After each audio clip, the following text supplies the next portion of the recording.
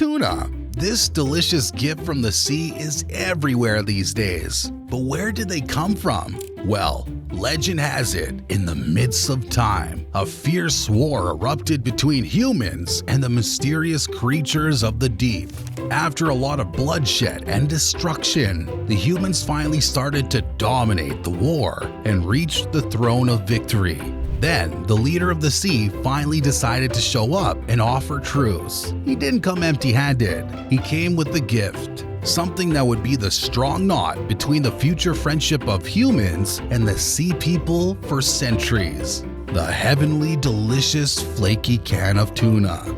Now, this was just some lame-ass story I thought of in the shower yesterday. But what really happens between tuna being taken out of the sea to making it to your sandwich? What goes on in the factory that keeps the tuna fresh? And what keeps it delicious as it was taken out of the sea and served directly on your plate? How does a huge fish end up in a tiny can of deliciousness? Well, let's find out.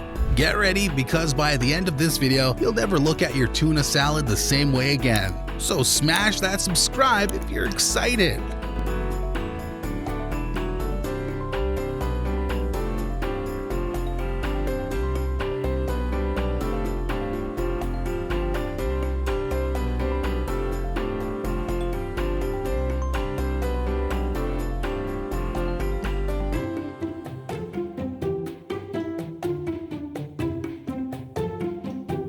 Now let's head straight behind the scenes. Catching the tuna. Well, before we go and make canned tuna, I presume someone has to catch a tuna, right? But we're not talking about a guy with a fishing rod standing on a dock.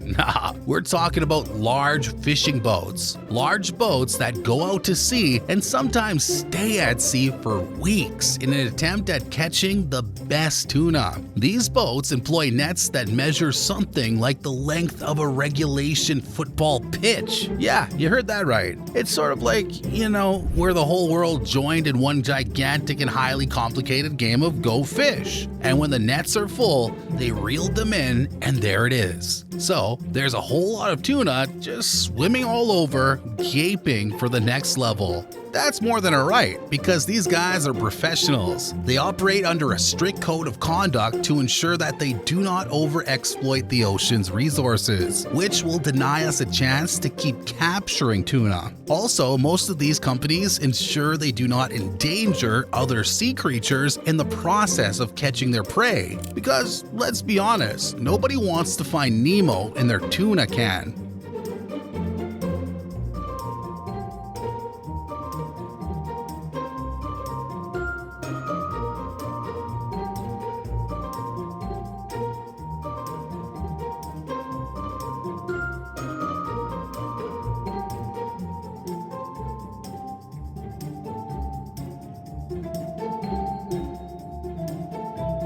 Unloading and sorting, getting the tuna ready for the factory. The boats then take their loads of hundreds of tons of tuna back to the shore for offloading. With cranes, forklifts, and conveyors, the tuna are unloaded and immediately sorted, as in the sub-process analysis. The fish are then grouped according to the size and types of fish that are available. Why? Because not all tuna are the same. Cultured consumers of canned tuna should know that they're not all created equal. Some are very big, some little, and some are better adapted for pickling purposes. The two most popular types of tuna used in cans are albacore and skipjack types of tuna that are canned. This one, albacore, provides you with the light-colored, flaky tuna you desire, while skipjack gives you that slightly darker, oily tuna flavor. Actually, it's a bit like being drafted for a game. People are divided into their groups and then they go to the factory. But instead of enjoying soccer as the game of the gurus, these guys are soon going to be your meat. Enjoying the ride so far? Make sure to hit that like button and let us know how you feel. Before you even crack open that can of tuna, there's a process that ensures every bite is just right. But what does it really take to make sure your tuna tastes as fresh as if it were just caught? You won't believe how fussy it gets.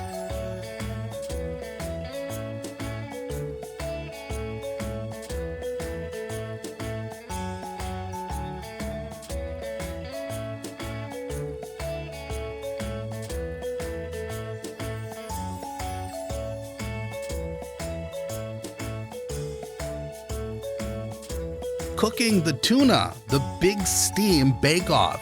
Well, here we are with the tuna sorted out. So now it's time to cook the little fellas. Yes, they do can the fish, but they actually cook the fish before canning. Don't get it wrong, it's not like they cook the fish on a barbecue grill. The tuna is placed in those monstrous steam ovens. Okay, picture a kitchen oven, but much bigger. In fact, 1,000 times bigger than the kitchen oven. These kinds of ovens steam the fish to a very high temperature and ensure that the fish is fully cooked. This step does a couple of things. It makes the tuna easier to work with, and it also helps get rid of any bacteria that may be present in the fish. You don't want microbes in your tuna salad, do ya? Moreover, if fish fry is prepared by first tenderizing the fillets and then cooking them, they're more flavorful than the cut ones. So as to retain all that natural juiciness, it perfectly seals it in a way that when you open a can, you get to taste the freshest it can be. And you might not like this part, but it stinks like a seafood restaurant all over the entire place. Cleaning and cutting, turning fish into fillets. After preparation, the fish swim to the cutting bay. It's about to get a little fishy here. Sorry, I just couldn't hold it anymore. They skin, bone, and cut out whatever parts that you would never want to find wedged between two slices of bread. Mostly it's sort of like when people go to get a fish spa treatment, getting a scrub, trim, and polish. You want clean and nice fillets, perfect for canning. And don't think that they sometimes throw fish's heads and some other parts. They use all of it. The rest that is not used for canning is processed for fish oil, pet food, or fertilizer purposes. And for the parts that they do get in, they're minced and shredded based on what kind of canned tuna they're going to produce. Well, now you might be wondering, why do some cans have solid pieces and others have little flakes? Well, we know. If you really found the video worth watching so far, share it with your friends and let them learn something cool too.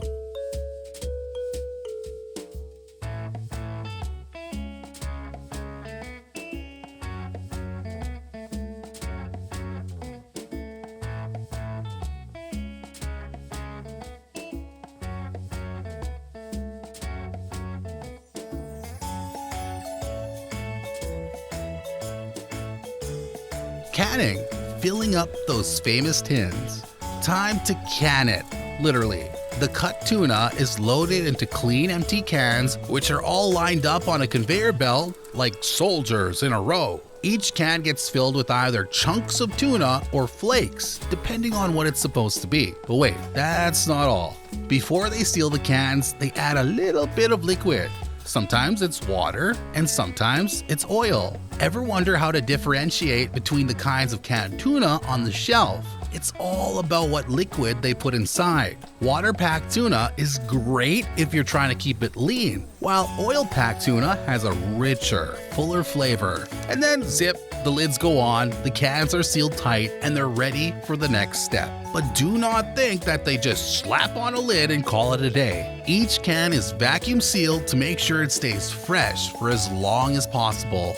But how does tuna stay fresh even months after being caught? We're about to dive into a technique that's been used for decades, and it's more fascinating than you might think. Sterilization. No germs permitted in this area.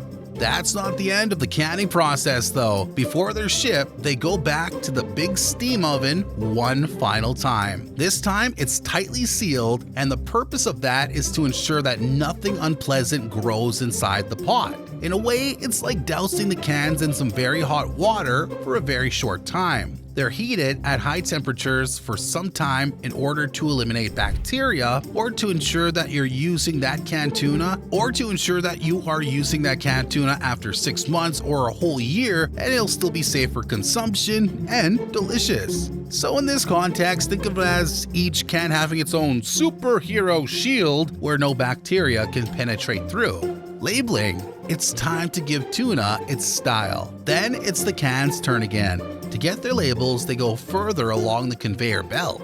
You probably know about dolphin-safe tuna, but did you know how that label gets there and what it really means? There's more to it than meets the eye, and we're about to reveal the truth. The labels are not only for decoration, that is, what type of tuna it is, how the tuna is packed, whether in water or oil, as well as the processing place. The dolphin label is a plus sign, meaning that the tuna was caught in a manner that does not harm dolphins, which is very important. Do you know about any other unknown label information? Let us know in the comments. Now we've talked about how tuna's caught and cooked, but here's something that will blow your mind. Not all tuna is actually tuna. That's right, some have shown that in some cases, the canned fish labeled as tuna can actually contain different species altogether. In fact, a DNA test by researchers once found that about 20% of canned tuna was actually a different type of fish entirely. Crazy, right? Now, it's a rare occurrence, but it makes you wonder, what exactly are you eating when you open that can? Quality control. Only the best tuna gets through.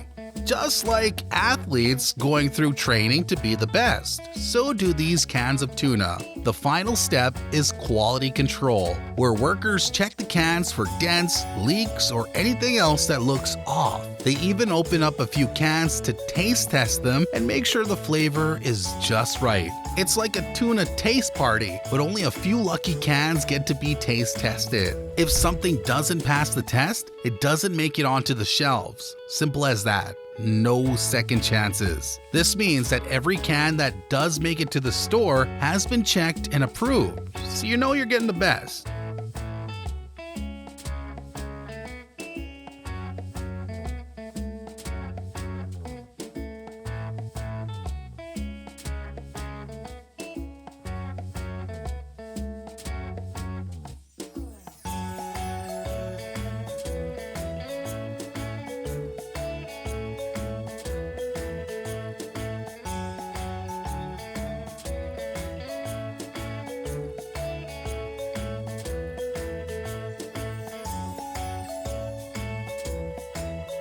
Packing and shipping, from factory to your pantry.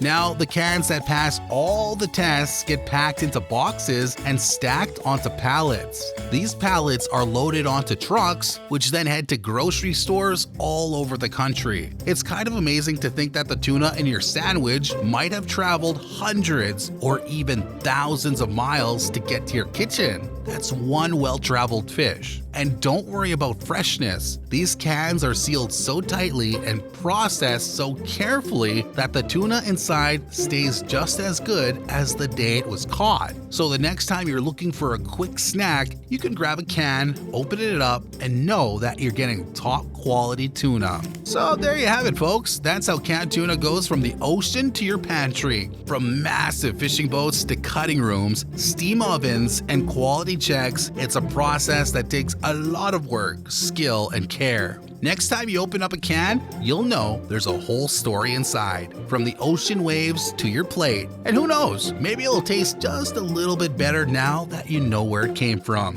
What other food factory secrets do you want to see? Drop a comment below, hit that like button, and subscribe for more fun videos. Until next time, keep swimming or eating, whichever you prefer.